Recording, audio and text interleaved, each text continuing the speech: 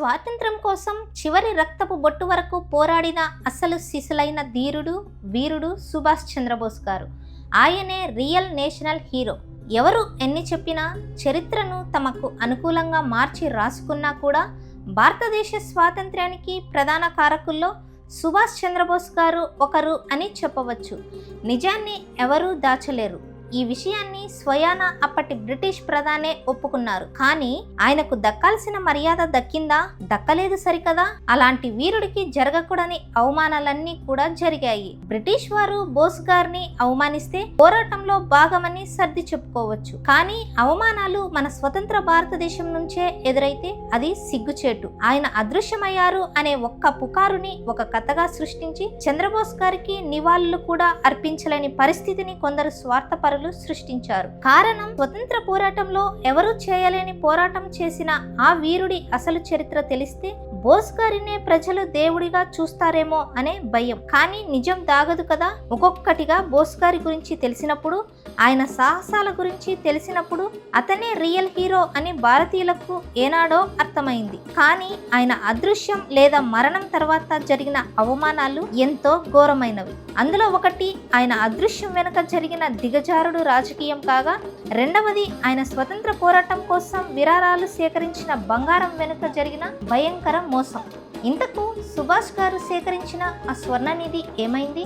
రెండవ ప్రపంచ యుద్ధం జరుగుతున్న సమయంలో బ్రిటిష్ ప్రభుత్వానికి చుక్కలు చూపించిన సైన్యం ఆజాద్ హింద్ ఫౌజ్.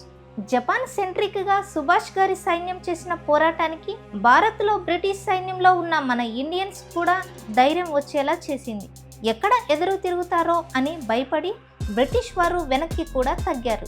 మనకు స్వాతంత్రం రావటానికి ప్రధాన కారణాల్లో ఇది ఒకటి. అయితే సుభాష్ గారు చేసిన పోరాటానికి ఆర్థిక సహకారం ఎక్కడ నుంచి అందింది? అది కూడా భారతీయులే చేశారు. అప్పటికే ఈస్ట్ ఆసియాలో మన భారతీయులు చాలా మంది వ్యాపారాలు, ఉద్యోగాల్లో స్థిరపడి ఉన్నారు. ఆ ప్రవాస భారతీయులతో పాటు మన భారతీయ ప్రజలు కూడా చాలా మంది తమ దగ్గర ఉన్న చరస్థిర ఆస్తులన్నీ బోస్ గారికి విరాళంగా ఇచ్చారు. రెండవ ప్రపంచ యుద్ధంలో జపాన్ ఓడిపోయిందని తెలిసాక కూడా రష్యా నుంచి బోస్ గారు యుద్ధం చేయగలరు అని అతన్ని నమ్మి ఇచ్చిన విరాళాలు అవి. ఆనాడు భారతీయులు ఎక్కువగా ఎవరిని నమ్మేవారో చెప్పటానికి ఈ ఒక్క ఉదాహరణ చాలు. ఇలా వచ్చిన విరాళాలు బంగారం, ఆభరణాలు, రత్నాలు బ్యాంకుల్లో ఉంచారు. రెండవ ప్రపంచ యుద్ధంలో జపాన్ ఓడిన వెంటనే నేతాజీ గారు మంచూరియా మీదుగా రష్యా వెళదామని నిర్ణయించుకున్నారు. 1945 ఆగస్టు 17న సైగాన్ ఎయిర్పోర్ట్కి 4 పెట్టెల్లో ఆ స్వర్ణ నిధిని తమతో తీసుకెళ్లాలని బోస్ గారు అనుకున్నారు. ఆ 4 పెట్టెల్లో మొత్తం 80 కేజీల బంగారంతో పాటు విలువైన రత్నాలు కూడా ఉన్నాయి. 1945 కాలంలోనే కోట్ల రూపాయల విలువ చేసే ఆస్తి అది. ఇప్పుడు లెక్క వేస్తే కొన్ని వందల కోట్ల సంపద అని చెప్పవచ్చు. వీటితో పాటు విరాళాలుగా వచ్చిన రత్నాలు, వజ్రాల విలువ ఎంతో ఎవ్వరికీ తెలియదు. అవి ఏమయ్యాయో కూడా లెక్కలు లేవు. స్వతంత్ర పోరాటానికి ఉపయోగపడాల్సిన సంపద అది. కానీ 4 పెట్టెలను విమానంలో పెట్టి తీసుకెళ్లేందుకు ప్లేస్ సరిపోలేదు. అప్పుడు 2 పెట్టెల్లో 40 కేజీల బంగారాన్ని నేతాజీ గారు తమతో పాటు తీసుకెళ్లారు. మిగిలిన 2 పెట్టెలను సైగాన్లోనే వదిలేశారు. వెనుక మరో విమానంలో వచ్చేటప్పుడు ఆ బంగారాన్ని తీసుకొచ్చే బాధ్యతను ఎస్ఏ అయ్యర్ మరియు కొంతమంది సైనికులకు ఆ బాధ్యతను అప్పగించడం జరిగింది. కానీ సైగాన్లో వదిలివేసిన ఆ 2 పెట్టెల బంగారం ఏమైందో ఇప్పటి వరకు ఎవరికీ తెలియదు. ఎవరు కాజేశారో, స్వతంత్ర పోరాట నిధిని తినేసిన ఆ ద్రోహులు ఎవరో ఇప్పటి వరకు బయటపడలేదు. బయట పడకుండా కూడా చేశారు. ఇక నేతాజీ గారు వెళ్లిన విమానం ప్రమాదానికి గురైంది. ఆ విమానంలో ఉన్న మరో 40 కేజీల బంగారంలో చాలా వరకు కాలిపోయింది. ఆ శిథిలాల నుంచి జపాన్ అధికారులు 14 కేజీల బంగారాన్ని రికవరీ చేశారు. అంటే 26 కేజీల బంగారం అగ్నిలో ఆహుతైపోయింది. ఆ 14 కేజీల బంగారాన్ని పెట్టెలో పెట్టి సీల్ కూడా వేసి నేతాజీ గారు నమ్మిన బంటు అయిన హబీబుర్ రెహమాన్ తో టోక్యోకి పంపించారు. ఆ బంగారాన్ని హబీబుర్ రెహమాన్ టోక్యోలో ఉన్న ఎస్ఏ అయ్యర్ బృందానికి పంపించాడని చాలా మంది రాసిన పుస్తకాల్లో ఉంటుంది.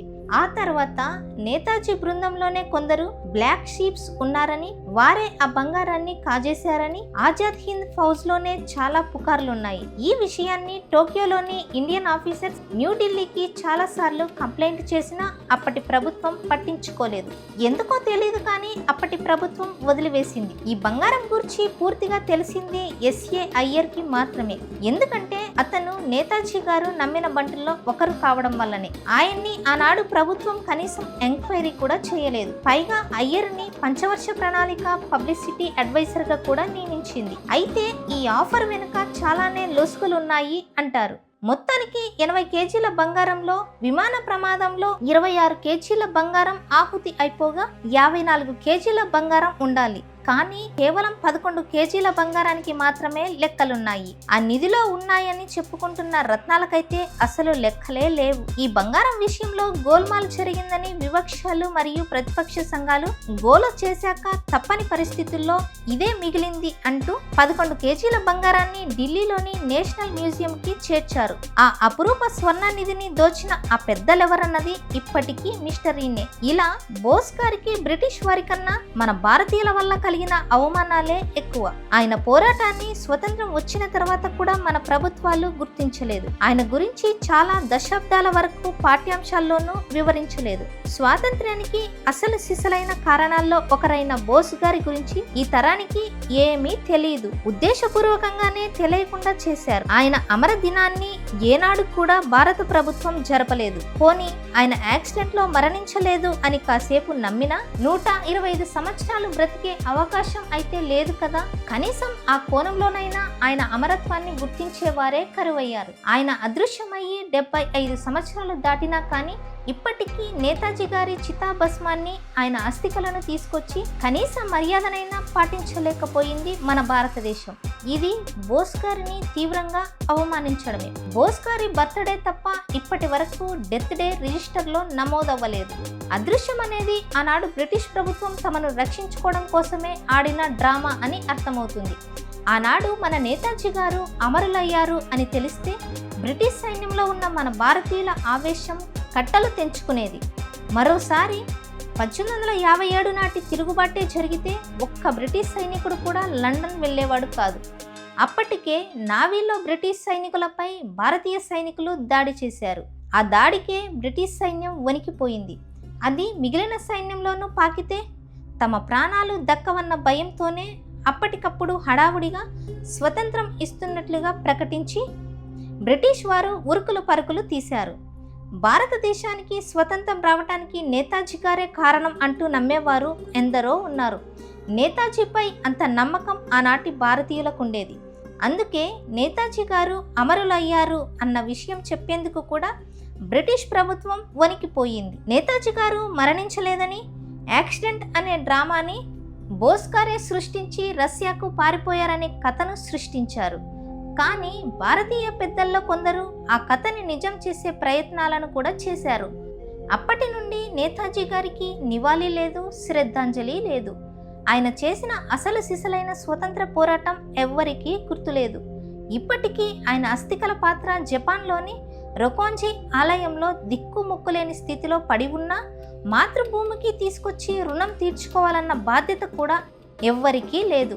పోనీ నేతాజీ గారు మరణించలేదు, ఆ అస్థికలు ఆయనవి కావు అని ఇంకా వాదిస్తారా? అయితే మరి బోస్ గారు ఏమయ్యారు? నిజాలు ఎప్పుడు తేలుతాయి అంటే ఎప్పటికీ తేలవు అని చెప్పొచ్చు. నిజానికి ఈ ప్రపంచంలో ఏ దేశాన్ని తీసుకున్నా కూడా తమ దేశ స్వాతంత్ర్యం కోసం పోరాడిన ఎందరో వీరులున్నారు.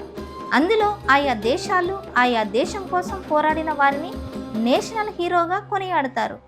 కానీ మన దేశంలో ప్రధాని కావలసిన ఒక నేషనల్ హీరో మన నేతాజీ గారు. అలాంటి వ్యక్తికి జరగాల్సిన అవమానం, ద్రోహం ప్రపంచ చరిత్రలో ఏ ఒక్క ఫ్రీడమ్ ఫైటర్కి జరగలేదు అంటే మీరు నమ్ముతారా?